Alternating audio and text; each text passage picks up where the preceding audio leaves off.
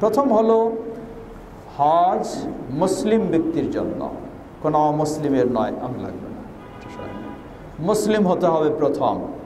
দ্বিতীয়, প্রাপ্তবয়স্ক। অপ্রাপ্তবয়স্ক বালকের জন্য বা বাচ্চার জন্য হজ ফরজ নয়।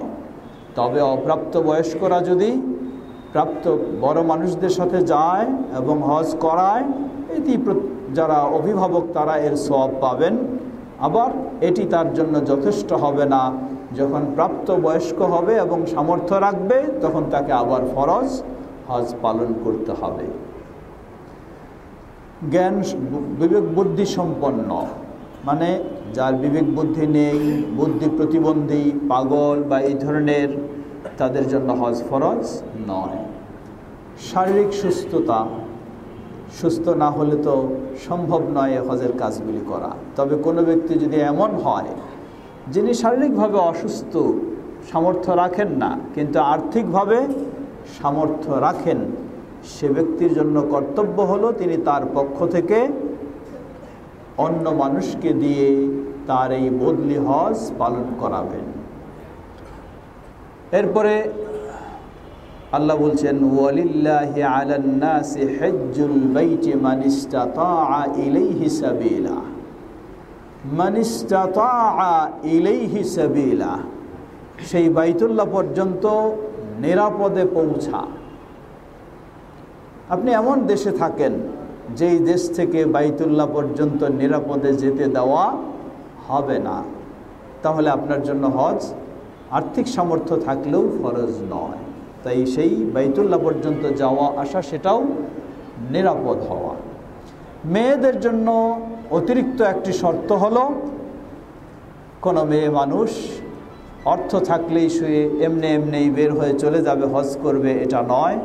তার জন্য মাহরাম হওয়া, এমন একজন পুরুষ সাথী হিসাবে পাওয়া, যেই পুরুষ হয় তার স্বামী অথবা যার সাথে বিবাহ বন্ধন চিরতরে নিষিদ্ধ, এমন ব্যক্তি মাহরাম হিসাবে থাকা, এটি হলো মেয়েদের জন্য শর্ত।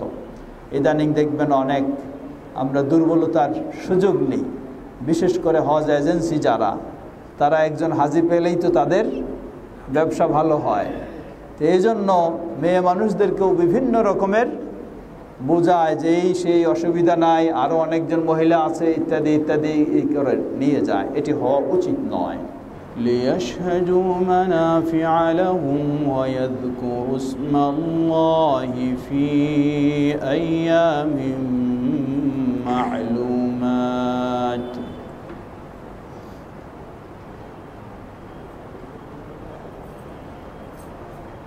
وصح عن النبي صلى الله عليه وسلم أنه قال: العمرة إلى العمرة كفارة لما بينهما والحج المبرور ليس له الجزاء إلا الجنة. الحمد لله। সেক্টর 11, উত্তরা, ঢাকা, বাইতুন নূর জামে মসজিদে নিয়মিত আলোচনার আজকে আলোচনা সভায় উপস্থিত সমবেত প্রিয় দিনী ভাই সকল, শুরুতে আল্লাহ সুবহানাহু ওয়া তাআলার প্রশংসা জ্ঞাপন করছি, যিনি আমাদেরকে সালাতুল ইশা জামায়াতের সাথে আদা করার পর সংক্ষিপ্ত সময়ে সুন্দর পরিবেশে, সুন্দর জায়গায়, সুন্দর কিছু কথা শোনার জন্য বসার যিনি সুযোগ করে দিয়েছেন, সেই আল্লাহ সুবহানাহু ওয়া তাআলার প্রশংসা জ্ঞাপনার্থে বলি আলহামদুলিল্লাহ। অতঃপর অসংখ্য সালাত ও সালাম পেশ করছি প্রিয় রাসূল মুহাম্মদ সাল্লাল্লাহু আলাইহি ওয়াসাল্লাম, তার আসহাবে কিরাম, আহলে বাইত, শেষ দিবস পর্যন্ত তার প্রতিটি একনিষ্ঠ অনুসারীদের উপর। হাম সালাতের পরে কৃতজ্ঞতা জানাচ্ছি যারা আপনারা এই আলোচনার ব্যবস্থা করেছেন, মসজিদ কর্তৃপক্ষ যারা এখানে আলোচনার সুযোগ করে দিয়েছেন, সকলকেই কৃতজ্ঞতা জানাচ্ছি, দোয়া করছি আল্লাহ সবাইকে জাযায়ে খায়র দান করুন। আল্লাহ সুবহানাহু ওয়া তাআলার শুকরিয়া শেষ করা যায় না। আমরা কতই না শান্তিতে রয়েছি, কতই না নিরাপদে রয়েছি। আমাদের মতো কত মানুষ ইসলামের পরিচয় দেওয়ার কারণে, মুসলিম হওয়ার কারণে আজকে তারা নিজ ঘরে থাকার সুযোগ নেই, বিতাড়িত হচ্ছেন, ঘর বাড়ি ভেঙে দেওয়া হচ্ছে, তাদেরকে হত্যা করা হচ্ছে। একটি কারণ, তারা হলো মুসলিম। আল্লাহ সেই মুসলিমদেরকে হেফাজত করুন, আল্লাহ তাদেরকে ঈমানের উপরে থাকার তৌফিক দান করুন। সেই ঘাতক সন্ত্রাসীদেরকে তাদের ষড়যন্ত্রে আল্লাহ তাদেরকে ধ্বংস করুন। বিশেষ করে আরও দুঃখজনক, খুবই কাছে আমরা আরও সংবাদ পাচ্ছি আমাদের প্রতিবেশী পরিবেশগুলিতেও মুসলিমেরা নিরাপদে নেই। আল্লাহ সে মুসলিমদেরকেও নিরাপদে রাখুন, তাদেরকেও হেফাজত করুন। সমবেত দিনী ভাই সকল, আজকে নির্দিষ্ট একটি বিষয়কে কেন্দ্র করে আলোচনা। বিষয়টি হচ্ছে হজ্জের প্রস্তুতি ও শিক্ষা। মৌসুম শুরু হয়েছে, চলছে হজ্জের মৌসুম। আগামী যুলহিজ্জা মাসের 10 তারিখ পর্যন্ত, শাওয়াল মাসের 1 তারিখ থেকে শুরু করে যুলহিজ্জা মাসের 10 তারিখ, এই দিনগুলি হলো হজ্জের মৌসুম। এইগুলিকে বলা হয় হজ্জের মাস, হজ্জের সময়। আমরা সেই হজ্জের সময় অতিবাহিত করছি। যারা হজে যাওয়ার ইচ্ছা পোষণ করেছেন তার মাঝে কেউ কেউ লব্বাইক আল্লাহুম্মা লব্বাইক বলতে বলতে বাইতুল্লাহর প্রাঙ্গণে উপস্থিত হয়ে গেছেন, আবার কেউ প্রস্তুতি নিচ্ছেন এবং সামনে যুলহিজ্জা মাস কমপক্ষে 8 তারিখ পর্যন্ত যেতেই থাকবেন ইনশাআল্লাহ। আমরা দোয়া করি পৃথিবীর যেখান থেকেই যারাই হজের উদ্দেশ্যে যাচ্ছেন, আল্লাহ সবাইকে সুস্থতার সাথে, ঈমানের সাথে নিরাপদে হজ পালন করার তৌফিক দান করুন। সমবেত দিনী ভাই সকল, হজ্জের প্রস্তুতি ও শিক্ষা দুটি দিক। প্রথম হলো হজ্জের প্রস্তুতি, দ্বিতীয় হলো হজ্জের শিক্ষা। হজ সম্পর্কে আমরা সকলেই কম বেশি অবগত রয়েছি। ইসলামের 5ম রুকন হজ্জু বাইতুল্লাহিল হারাম, যা সকলের জন্য নয়, নির্দিষ্ট এক শ্রেণীর জন্য, তা হলো সামর্থ্যবানদের জন্য। সেই সামর্থ্যবান সুস্থ ব্যক্তিদের জন্যই শুধু হজ ফরজ, সকলের জন্য নয়। এরপরে আবার এই হজ ফরজ হলো শুধু জীবনে মাত্র একবার, বারে বারে নয়। সুতরাং যাদেরকে আল্লাহ সুবহানাহু ওয়া তাআলা সামর্থ্য দিয়েছেন তাদের অবশ্যই হজের প্রস্তুতি নেওয়া উচিত। বিশেষ করে আমাদের ভারতীয় উপমহাদেশে একটি, বলবো আমরা, এটি ভালো কালচার নয়, মন্দ কালচার। সেটি হলো আমরা মনে করি আমাদের বয়স যখন একেবারে 60 আপ হবে, অবসরে চলে যাব, তারপরে আমরা হজের জন্য যাব। এটি কখনোই ভালো কালচার নয়। কারণ ওই বয়সে গিয়ে সকলের পক্ষে সুন্দরভাবে, সুষ্ঠুভাবে হজের কাজগুলি সম্পাদন করা সম্ভব হয় না। কারণ হজের কাজগুলির জন্য যেমনই সুস্থ থাকা প্রয়োজন, তেমনি অনেকগুলি কাজ রয়েছে, সেখানে দুর্বল, অসুস্থ, রুগ্ন মানুষের পক্ষে সম্ভব হয় না, দায়সারা হয়ে যায়। সাথীদেরকে বলে আসতে হয় যে আমি পারবো না পাথর মেরতে, তুমি আমার পক্ষ থেকে পাথর মেরে নাও। তো এজন্য আলহামদুলিল্লাহ অতীতের চেয়ে এখন অনেকটা সচেতন হচ্ছে মানুষ। আগে তো উল্টা বুঝতো মানুষ যে কম বয়সে হজ করাটাই মনে হয় ভুল কাজ, এই ধরনের আমাদের একটা ধারণা ছিল, কালচার ছিল। কারণ একটা বিশ্বাস, এখানে ইবলিস সুযোগ নিত। ইবলিস কিভাবে সুযোগ নিত? আমাদের একটা ধারণা ছিল, হয়ে গেছিল এই যে হজ করতে যাব, আর যদি হজটা না রাখতে পারি তাহলে তো সবই সর্বনাশ হবে। তো হজ রাখা মানে হজ করতে গেলে, হজ করে আসলে আর দুনিয়ার কোনো কাজের সাথে জড়িত থাকা যাবে না, শুধু মসজিদেই যাতায়াত করতে হবে। কোনো দুনিয়ার কাজের সাথে জড়িত হলে কোথায় ন্যায় অন্যায় জড়িয়ে যাব, আমার হজটা নষ্ট হয়ে যাবে।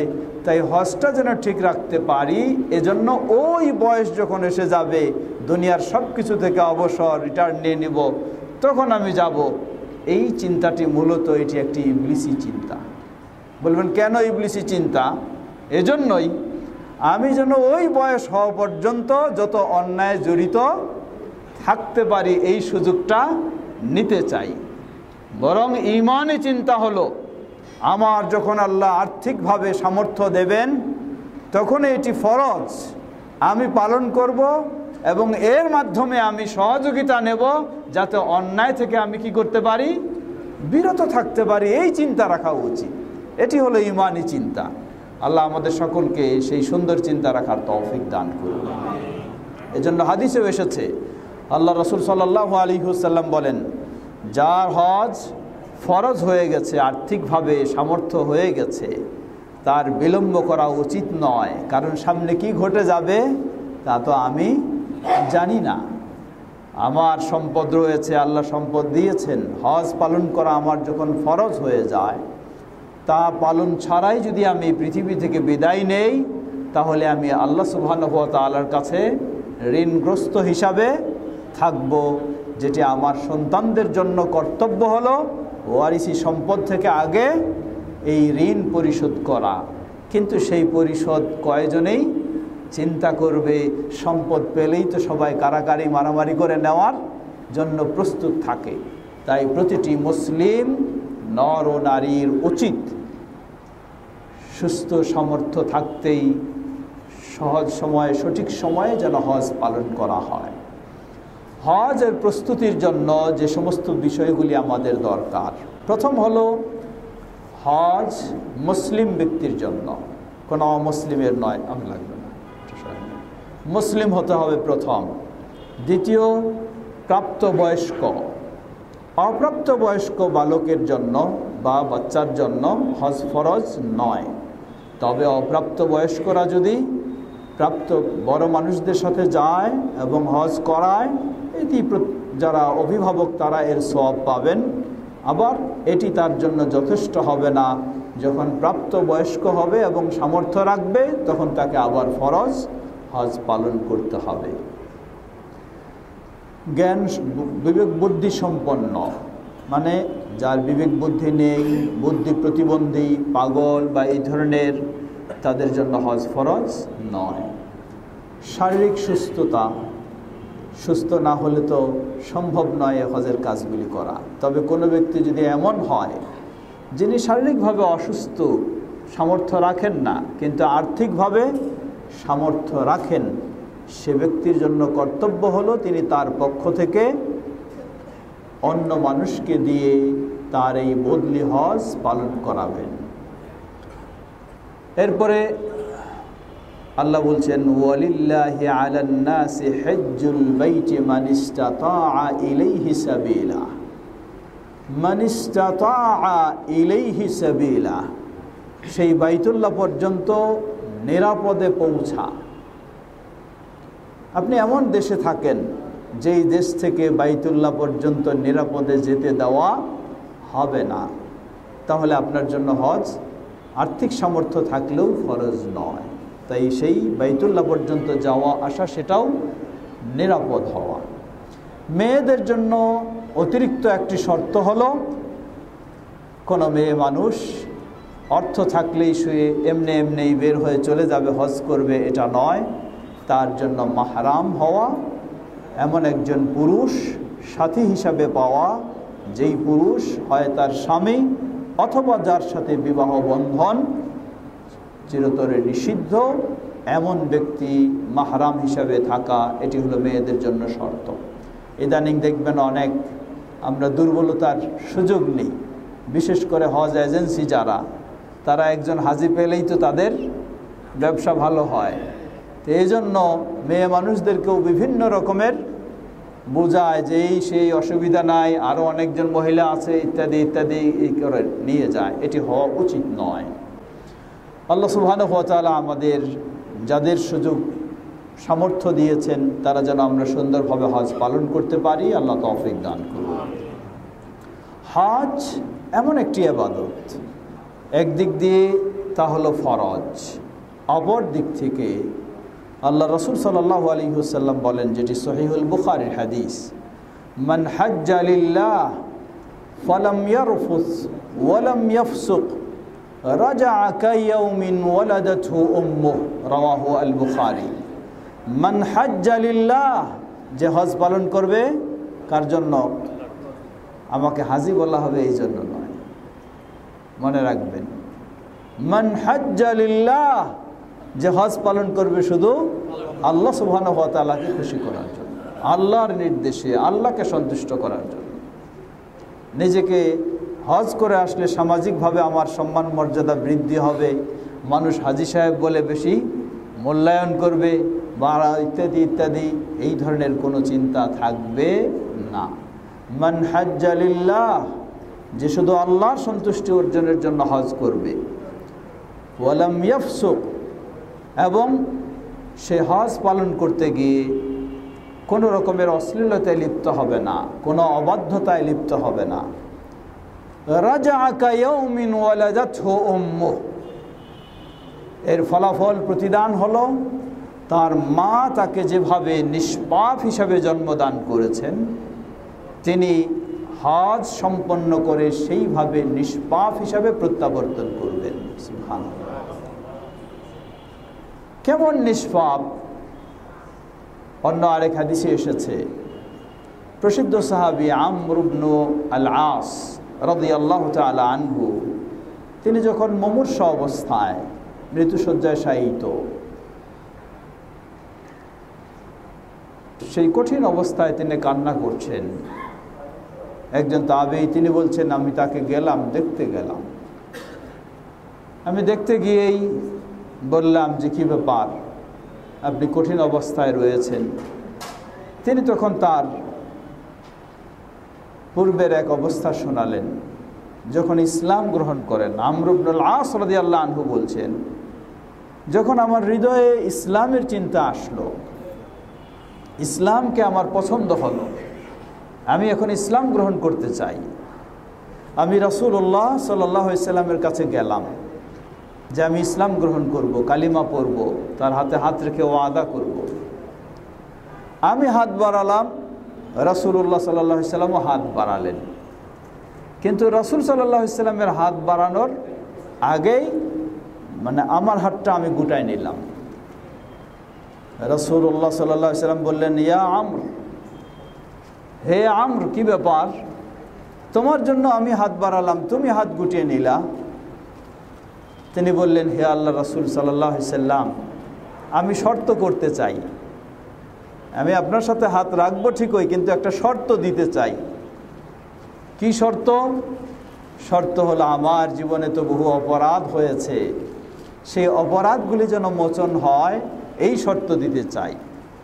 রাসূলুল্লাহ সাল্লাল্লাহু আলাইহি ওয়াসাল্লাম তখন তাকে বললেন, জেনে রাখো, ইন্নাল ইসলামা ইয়াহদিমু মা কানা ক্বাবলা ওয়াল হিজরাতা তাহদিমু মা কানা ক্বাবলা ওয়াল হাজ্জা ইয়াহদিমু মা কানা ক্বাবলা।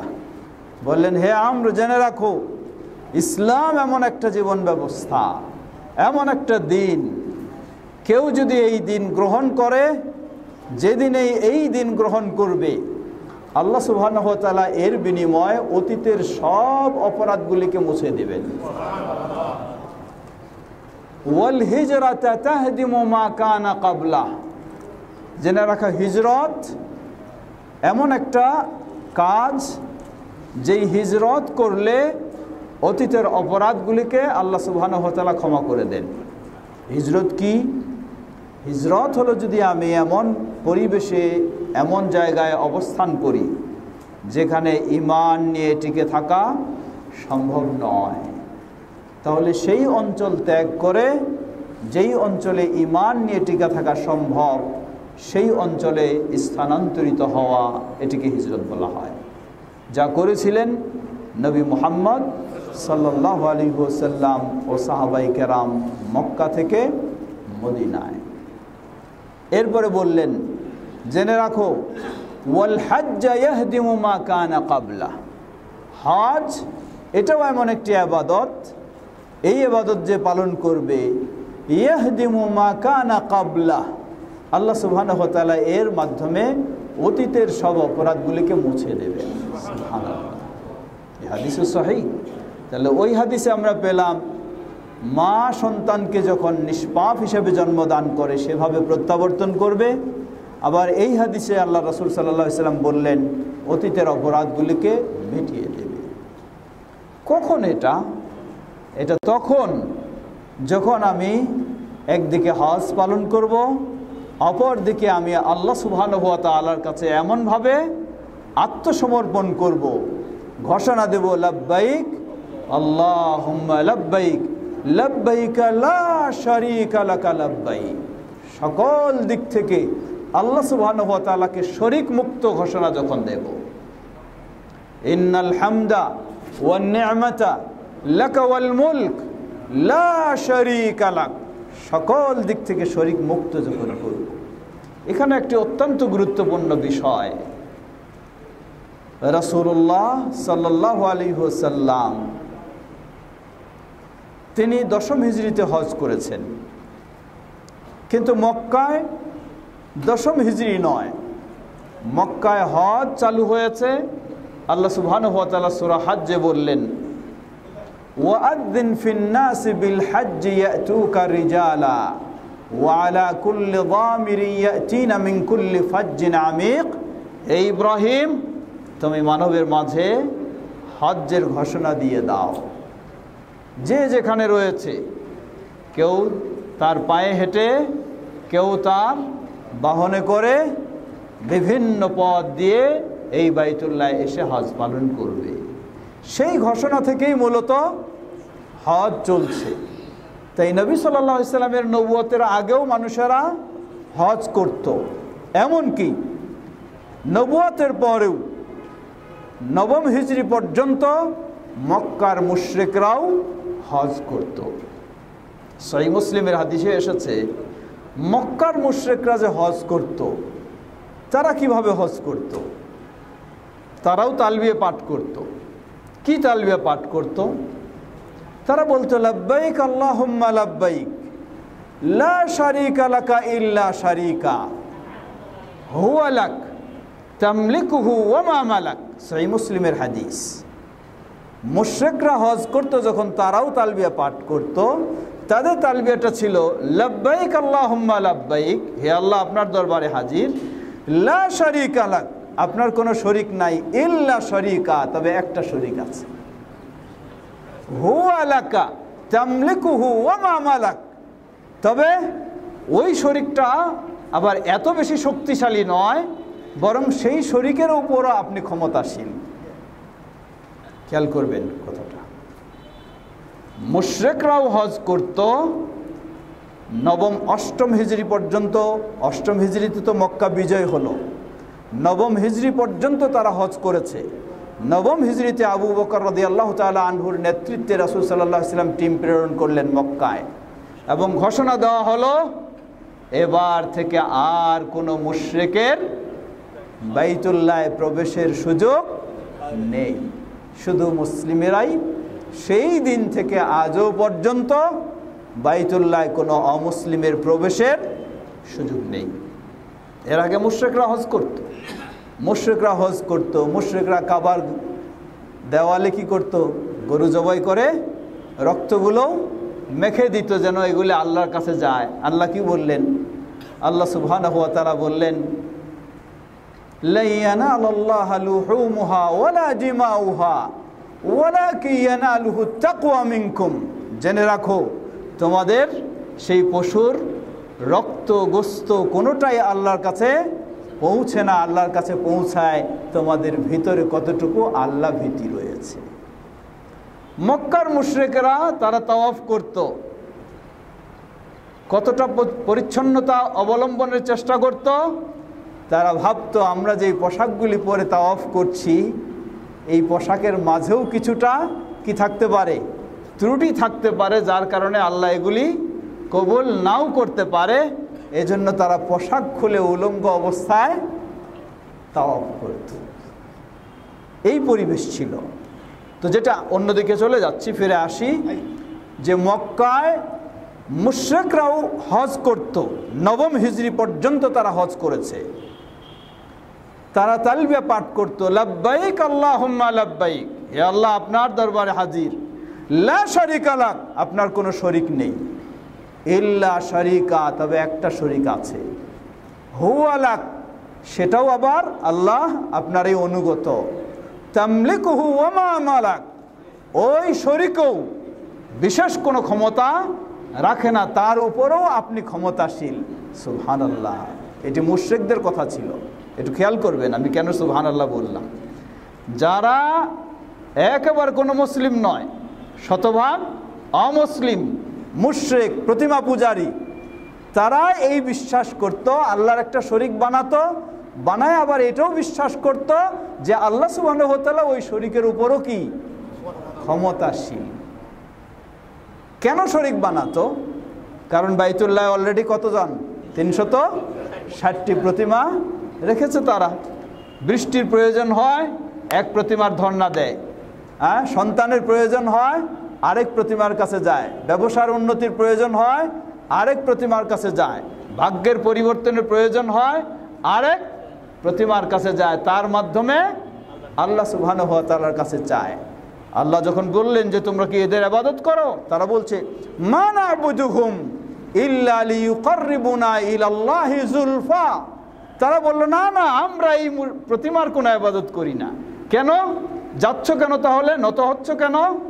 তাদের কাছে যায় এজন্য যে তারা আমাদেরকে সুপারিশ করে নিয়ে যাবে কার কাছে? আল্লাহর কাছে। এই বিশ্বাসটা মক্কার প্রতিমা পূজারী মুশরিকদের ছিল। ওই বিশ্বাসটা কি আজকে হারিয়ে গেছে না মুসলমানদের মাঝেও আছে? একটু খেয়াল করুন, ওই বিশ্বাসটা হারিয়ে যায়নি, ওই বিশ্বাসটা আজকে মুসলমানদের ভিতরে আছে। শুধু আছে নয়, মুশরিকরা যে বিশ্বাস করত তার চেয়েও আরো জঘন্য মুসলমানদের বিশ্বাসটা। বলবেন কেমনে? মুশরিকরা বিশ্বাস করত একটা শরিক আছে, কিন্তু সেই শরিকের উপরে ক্ষমতাশীল কে? আল্লাহ। কিন্তু আমাদের কিছু মানুষ যারা এই ওসিলা ধরতে গিয়ে গিয়ে এমনভাবে বিশ্বাস তৈরি হয়ে গেছে, মনে হয় যেন আল্লাহর চেয়েও তার মুর্শিদের ক্ষমতা বেশি। না, মনে হয় না, এটাই বিশ্বাস করে আল্লাহর চেয়েও তার মুর্শিদের ক্ষমতা বেশি। এজন্য আল্লাহর ইবাদত বাদ দিয়ে মুর্শিদের ইবাদত শুরু করে দেয়। কেবলামুখী হয় কি? মানুষ মারা গেলে দাফন করতে হয় কোন মুখী রাখে? কেবলামুখী। কিন্তু মুর্শিদের প্রতি এত শ্রদ্ধা, বিশ্বাস, ভালোবাসা, কেবলামুখী বাদ দিয়ে মুর্শিদমুখী হয়ে কবর দাফন করা পর্যন্ত বাংলার মাটিতে হয়। এ নজির নাই? আছে। লা হাওলা ওয়ালা কুওয়াতা ইল্লা বিল্লাহ। দুঃখের বিষয়।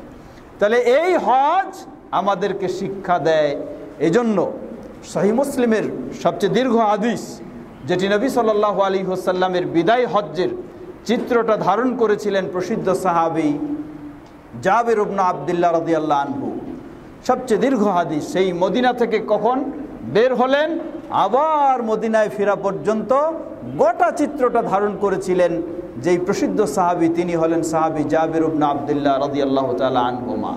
যে হাদিসটি সহিহ মুসলিমের হাদিসে এসেছে, তিনি বলছেন যে আমি যখন রাসূলুল্লাহ সাল্লাল্লাহু আলাইহি ওয়াসাল্লামের সাথে যুলহুলাইফায় সামনের দিকে তাকাচ্ছি, শুধু মানুষ আর মানুষ, কিছু দেখা যায় না। আর পিছনে তাকাই একই অবস্থা, ডানে তাকাই একই অবস্থা, বামে তাকাই একই অবস্থা।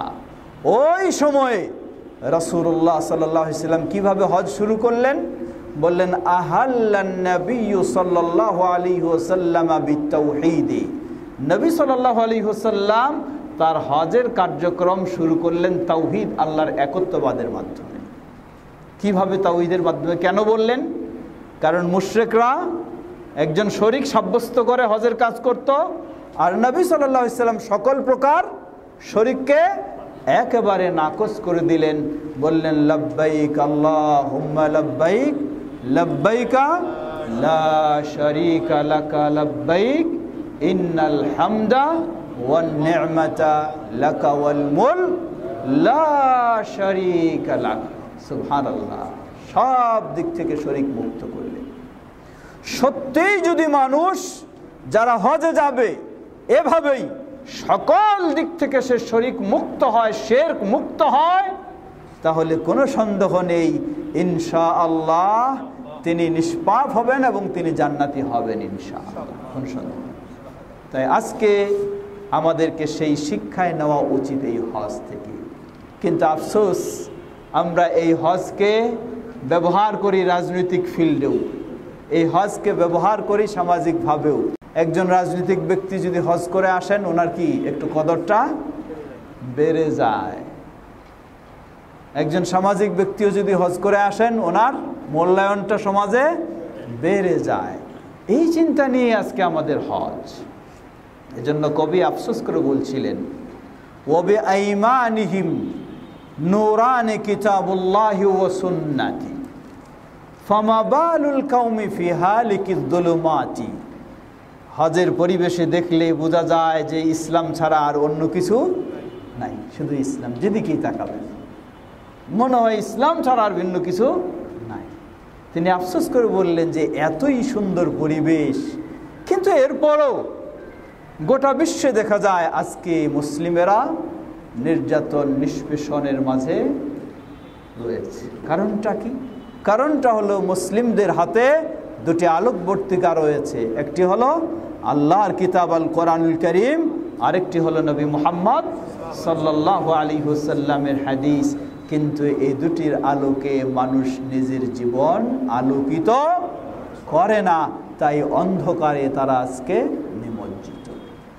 এই হজ আমাদের সেই শিক্ষা দেয়। লক্ষ্য করুন, এই হজ রাসূলুল্লাহ সাল্লাল্লাহু আলাইহি ওয়াসাল্লামের অনুসরণের শিক্ষাটা কেমনে দেয়? সেই সাহাবী জাবির ইবনে আব্দুল্লাহ রাদিয়াল্লাহু আনহু তিনি বলছেন যে রাসূল সাল্লাল্লাহু আলাইহি ওয়াসাল্লাম যেই প্রেক্ষাপটে গেলেন, যেই জায়গায়, মানে মিনাতেও এই বক্তব্য, আরাফায় এই বক্তব্য, মুজদালিফাও এই বক্তব্য। কি বক্তব্য? তিনি বলছেন খুযু আন্নী মানাসিকাকুম, আমি তোমাদের সাথে রয়েছি, তোমরা কিভাবে হজ পালন করবে নিজের ব্যক্তিগত চিন্তা অনুযায়ী নয়। খুযু আন্নী মানাসিকাকুম, আমার কাছ থেকে তোমাদের হজ পালনের নিয়ম নীতি জেনে নাও। সেটাই আপনাকে করতে হবে। এটি কি শুধু হজে সীমাবদ্ধ, না ইসলামের প্রতিটি ইবাদতে? লক্ষ্য করুন সাহাবায়ে কেরাম রাসূলুল্লাহ সাল্লাল্লাহু আলাইহি ওয়াসাল্লামের এই কথাটাকে কিভাবে মূল্যায়ন করতেন। হাদিসটি সহিহুল বুখারী। আমিরুল মুমিনিন ওমর ইবনুল খাত্তাব রাদিয়াল্লাহু আনহু বাইতুল্লাহ যখন তাওয়াফ করছেন, এই তাওয়াফের সময় তাওয়াফ শুরু হয় কোথা থেকে? হাজরে আসওয়াদ থেকে, কালো পাথর থেকে। কালো পাথরকে চুমু খেতে হয়, একটু সম্মান করতে হয়, তাই না? এই চুমু খাওয়ার মাধ্যমে তাওয়াফ শুরু হয়। তিনি কালো পাথরের সামনে দাঁড়ালেন, দাঁড়িয়ে বললেন ইন্নী আ'লাম আন্নাকা হাজার লা তানফা ওয়ালা তাদার, জেনে রাখো আমি জানি তুমি একটা পাথর মাত্র, মানুষের তুমি কোনো উপকারও করতে পারো না, মানুষের কোনো ক্ষতিও করতে পারো না। তুমি যদি একটা পাথর হও, মানুষের কোনো উপকার করার ক্ষতি করার তোমার ক্ষমতা না থাকে, তাহলে আমার মতো উমার তোমার মতো পাথরকে কেন চুমু খাবে? আমার মতো উমার তোমার মতো পাথরকে কেন সম্মান করবে? বলছেন জেনে রাখো লাউলা রাআইতু রাসূলুল্লাহ সাল্লাল্লাহু আলাইহি ওয়াসাল্লাম ইউকাব্বিলুকা মা কাব্বালতুকা আবাদা, যদি আমি আমার রাসূলকে না দেখতাম তোমার মতো পাথরকে চুমু খেতে, তাহলে আমার মতো উমার তোমার মতো পাথরকে কোনোদিন চুমু খেত না। সুবহানাল্লাহ। তোমাকে চুমু খেতে আমি বাধ্য। কেন? আমার রাসূল তোমাকে চুমু খেয়েছেন। সুবহানাল্লাহ। এ হচ্ছে রাসূলের অনুসরণ। আর আমাদের অবস্থাটা কি দাঁড়িয়ে গেছে? যখন কাউকে রাসূলের অনুসরণের কথা বলা হয়, এই আল্লাহ বলেছেন, এই আল্লাহ রাসূল বলেছেন, আমরা প্রশ্ন তুলি, এটার মাঝে হিকমত কি আছে? হ্যাঁ, এটার মাঝে হিকমত কি আছে যে রাসূলের অনুসরণ করতে হবে? প্রশ্ন তুলি, এটা রাসূলের বুঝলাম, এটা কি আমাদের মাযহাবে আছে না নাই? থাকলে মানতে রাজি আছি, না থাকলে নাই। প্রশ্ন তুলি, আমাদের হুজুর সাহেব এটা বলেছেন কি না? বললে ঠিক আছে, না বললে ঠিক নাই। আল্লাহু আকবার। এটি কখনো হতে পারে না। মুসলিম ব্যক্তি বলবে, ওই উমর রাদিয়াল্লাহু আনহুর মতো যদি আমি আমার রাসূলকে তোমার মতো পাথরকে চুমু খেতে না দেখতাম, তাহলে আমার মতো উমর তোমার মতো পাথরকে চুমু খেত না। খেয়েছি একটাই কারণ, রাসূলুল্লাহ সাল্লাল্লাহু আলাইহি ওয়াসাল্লাম চুমু খেয়েছেন। প্রিয় ভাইরা আমার, আসুন এই হজ আজকে আমাদেরকে, মুসলিম উম্মাহকে সেই শিক্ষা দেয়। আজকে গোটা বিশ্বের মুসলিমদের ঐক্যের একমাত্র প্ল্যাটফর্ম হলো এই হজ্জ বাইতুল্লাহিল হারাম। কোন ভাষা, কোন বর্ণ, কোন গোত্র, এই সব জাতীয়তা ইসলাম কি করে না, কখনো স্থান দেয় না। ভাষা ভিন্ন হতে পারে, ভিতরে যদি ইসলাম থাকে তাহলে সেই আমার বন্ধু। বর্ণ ভিন্ন হতে পারে, ভিতরে যদি ঈমান থাকে তাহলে সেই আমার কাছের মানুষ। গোত্র ভিন্ন হতে পারে, ভিতরে যদি ঈমান থাকে তাহলে সেই আমার সবচেয়ে প্রিয় বন্ধু। এটাই হলো ঈমানি ভ্রাতৃত্ব, যা আজকে গোটা বিশ্বে বলবো আমরা ইসলামেই যে একমাত্র শ্রেষ্ঠ, তার প্রমাণ হলো অনেকগুলি। তার মাঝে একটি হলো এই হজ্জ বাইতুল্লাহিল হারাম। এমন কোনো পৃথিবীতে ধর্ম নেই যেই ধর্মে ইসলামের মতো এই দৃশ্য, এই ঐক্য, এই অবস্থান পাওয়া যায়। সুবহানাল্লাহ। কোথায় আমেরিকা, কোথায় আফ্রিকা, কোথায় এশিয়া, কোথায় রাজা, কোথায় প্রজা, কোনো পার্থক্য? সবাই একটা মাত্র কি, উপরে একটা সাদা চাদর, নিচে একটা সাদা লুঙ্গি। সৌদির বাদশাহ হোক আর গরিব দেশ বাংলাদেশের বাদশাহ হোক, কোনো পার্থক্য নেই, সবকে একাকার করে দিয়েছে। সুবহানাল্লাহ। সেই হজ আজকে মুসলিম উম্মাকে যে শিক্ষা দেয়, সত্যিই যদি আমরা এই শিক্ষা নিয়ে ফিরতাম, ফিরে গোটা জীবনটাই ওই শিক্ষার উপর থাকতে পারতাম, তাহলে গোটা বিশ্ব মুসলিমদের ঐক্য এবং মুসলিমদের ভ্রাতৃত্ব সেটি অবশ্যই দৃঢ় হতো। কিন্তু আফসোসের সাথে বলতে হয়, হজ থেকে ফিরে এসে আবার আগের মতোই আমরা হয়ে যাই। সেই শিক্ষা আমাদের জীবনে রাখতে পারি না। আমরা যেন সেই শিক্ষা গ্রহণ করে নিজেদেরকে আলোকিত করতে পারি, মুসলিম উম্মাহ সামনে এগিয়ে যেতে পারে। আল্লাহ সেই তৌফিক আমাদেরকে দান করুন।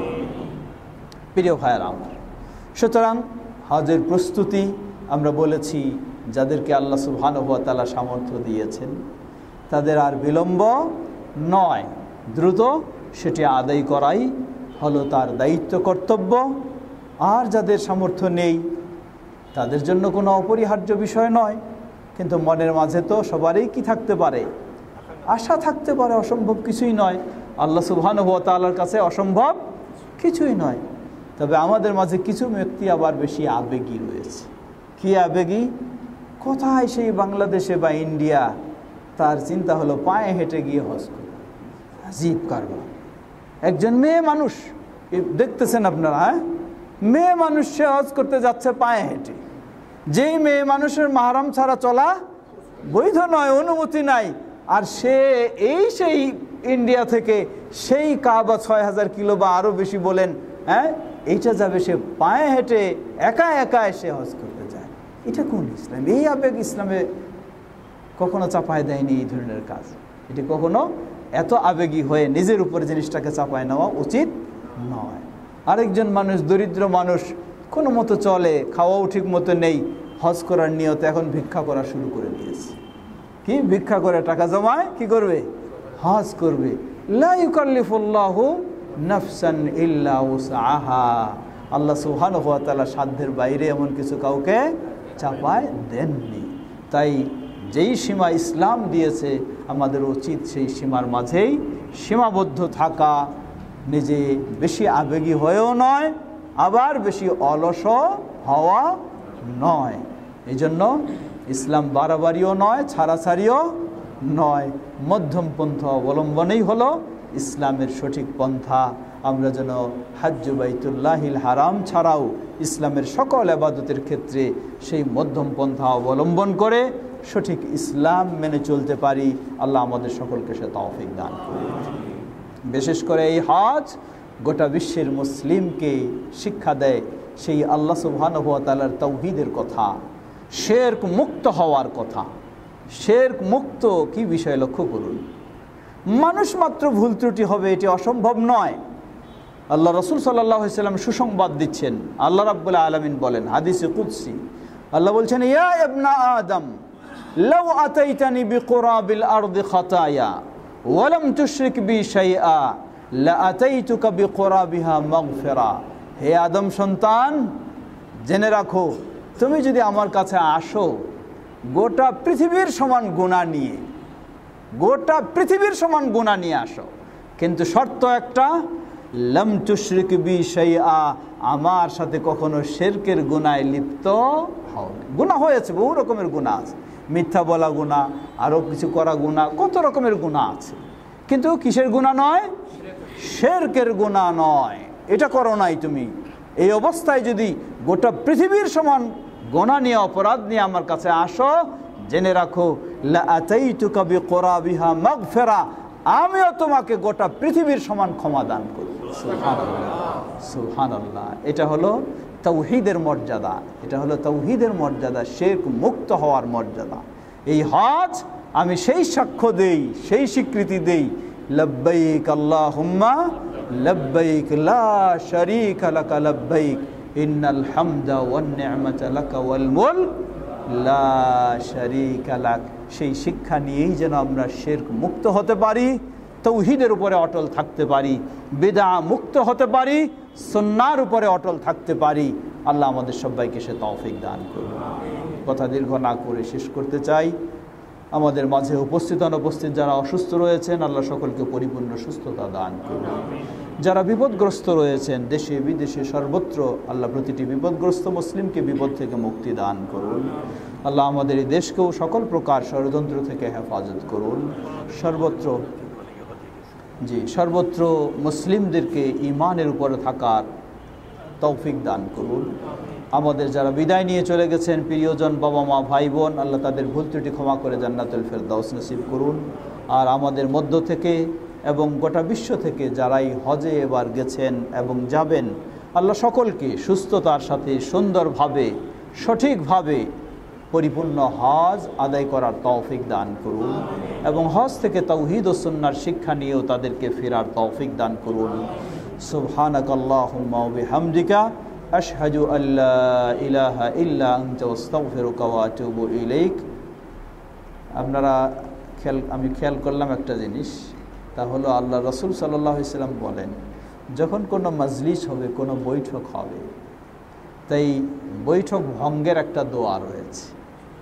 এই দোয়া যদি আপনি পাঠ করে বৈঠক ভঙ্গ করেন, তাহলে এর মাঝে কোনো ত্রুটি হলে আল্লাহ এগুলিকে ক্ষমা করে দেবেন। তো সেই দোয়াটা আমি পড়লাম, আপনারা অনেকেই পড়েন নাই বা খেয়াল করেন নাই, মানে আমাদের ওগুলি চর্চা নাই। আমাদের খালি চর্চা হলে ইমাম সাহেব দোয়া করে দিবে, আমার হয়ে যাবে। এই চর্চাটাই হলো আমাদের, কিন্তু দোয়া যে নিজেদেরকেও কি শিখতে হয়, এই চর্চাগুলি কম। সুবহানাকা আল্লাহুম্মা ওয়া বিহামদিকা আশহাদু আল্লা ইলাহা ইল্লা আনতা ওয়া আস্তাগফিরুকা ওয়া আতুবু ইলাইক। আসসালামু আলাইকুম ওয়া রাহমাতুল্লাহি ওয়া বারাকাতুহু।